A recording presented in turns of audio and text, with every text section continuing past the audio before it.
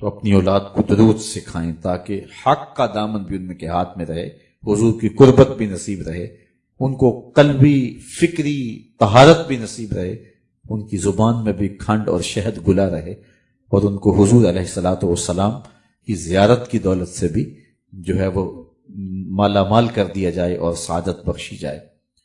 دوسرا کام علامہ اقبال کہتے ہیں جو ہمارے کرنے کا یہ ہے، وہ یہ ہے کہ اپنی اولاد کو حضور کی سیرت پڑھائیں تاکہ صاحب سیرت سے ان کا پیار پیدا ہو۔ بالخصوص 4 سال سے لے کر 7 سال کا جو بچہ ہے یہ واقعات میں دلچسپی رکھتا ہے، تو اس عمر کا جب بچے ہوں تو اس عمر کے بچوں کو حضور کی سیرت کے چھوٹے چھوٹے واقعات جو ہیں وہ ان کے سامنے رکھنے چاہیے تاکہ انہیں ذہن نشین ہو جائے، ان کی زبان کے اندر، منہ بولی کے اندر۔ ویسے بھی جو باتیں بچپن میں بچوں کو بتائی جاتی ہیں ساری زندگی ساتھ رہتی ہیں، وہ ان الفاظ کے ساتھ ان کو یاد رہے نہ رہیں لیکن ان کے تحت شعور میں باقی رہتی ہیں۔ یہ ہمارے جو مسلمانوں میں یہ مروج ہے، یہ سنت ہے کہ جب بچہ پیدا ہو تو اس کے کان میں اذان دی جائے۔ تو کچھ لوگوں نے اس پہ ریسرچ کی ہے کہ بچہ جب ابھی سکی ماں کی بولی نہیں جانتا ہوتا، اس کے کان میں عربی کی اذان دلوائی جاتی ہے۔ یہ مسلمان کیا کرتے ہیں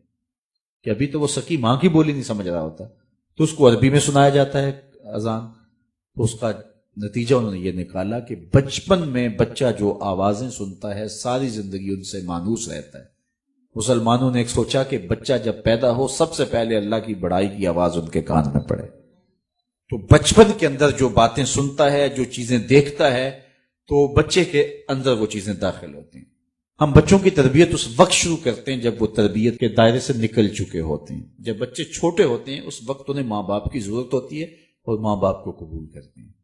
جب وہ بلوغت کے قریب ہو جاتے ہیں، مراحت جسے کہتے ہیں، تو پھر اس وقت وہ اپنے دوستوں سے کچھ چیز لیتے ہیں۔ المرء علی دین خلیلہ فلینظر احدکم من یخالل، اس وقت وہ دوستوں سے لے رہا ہوتا ہے۔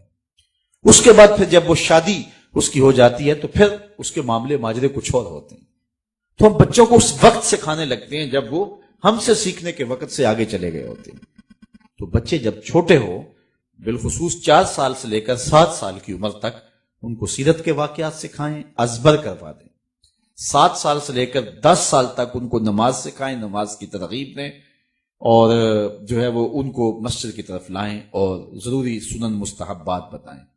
10 سال سے لے کر بلوغت تک انہیں حلال حرام ساری تمیز ان کو سکھائیں، پردے کے حکام، دیگر ساری چیزیں۔ یہ بطور مسلم ہماری والدین کی ذمہ داری ہے، اور مشکل نہیں ہے کہ اپنے بچوں کو حضور کی سیرت آپ 2-4 سال کے اندر پڑھا لیں۔ روزانہ شام کو نہیں ہے تو پیر کے دن یا جمعے کے دن 2 دن ہفتے میں رکھ لیں، کھانے کے وقت بچوں کو 5-4 منٹ کے اندر حضور کی سیرت کا کوئی واقعہ آپ بتا سکتے ہیں۔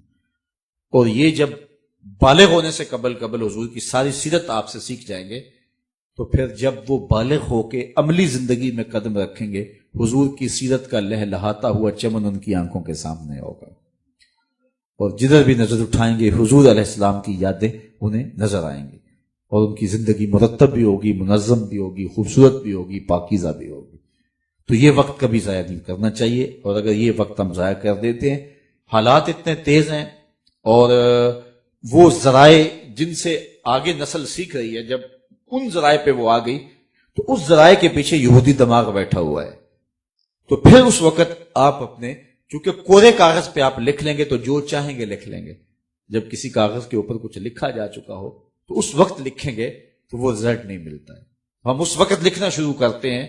جب وہ کاغذ کوڑا نہیں رہتا، تو بچے کو بچپن کے اندر سنبھالنا یہ والدین کی ذمہ داری ہے۔ تیسرا کام، علامہ اقبال کہتے ہیں کہ انسان فطرتاً حسن پسند ہے، اس کی طبع میں ہے، اس کی فطرت میں ہے کہ وہ حسن کی طرف مائل ہوتا ہے، کوئی زیادہ ہوتا ہے کوئی تھوڑا ہوتا ہے، لیکن یہ فطرت ہے انسان کی، وہ حسن پسند ہے۔ حسن کہیں بھی ہو اس کا رجحان قلب ادھر ہو جاتا ہے، دل ادھر لڑک جاتا ہے، وہ جس روپ میں جہاں بھی ہوگا حسن، دل ادھر لڑک جائے گا۔ اقبال کہتا ہے جب یہ طے شدہ ہے کہ انسان حسن کی طرف مائل ہوتا ہے تو آؤ نہ پھر اسے ادھر لے جائیں جہاں حسن بھی پانی بھرتا ہے اور عشق بھی غلامی کرتا ہے، اسے شہنشاہ حسینہ کی چوکھٹ پہ لے جائیں تاکہ اس کا دل حضور کے ساتھ وابستہ ہو جائے، کیونکہ حسن تو وہ ہیں جو تجلی ہے حسن مطلق کی نا، باقی حسن تو ادھورے ہیں، میرے رسول کا حسن پورا ہے۔ باقی حسن بے وفا ہیں، میرے رسول کا حسن با وفا ہے۔ یہ گاڑیوں کے پیچھے لکھا ہوتا ہے صنم بے وفا،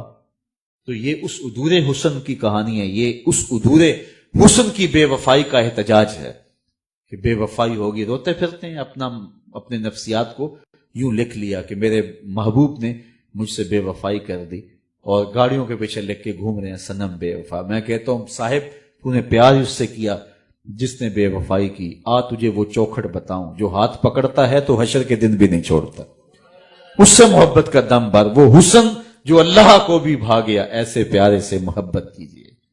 تو حضور کے ساتھ جب تعلق جڑے گا، اپنی اولاد کو بتائیں کہ بڑے حسین ہیں زمانے میں، لیکن جو حسن رب نے محبوب کو دیا، مکھ چند بدر شاہ شانی ہے، متھے چمک دی لاٹ نورانی ہے، کالی زلف تے اکھ مستانی ہے، مخمور رکھی ہن مد بھری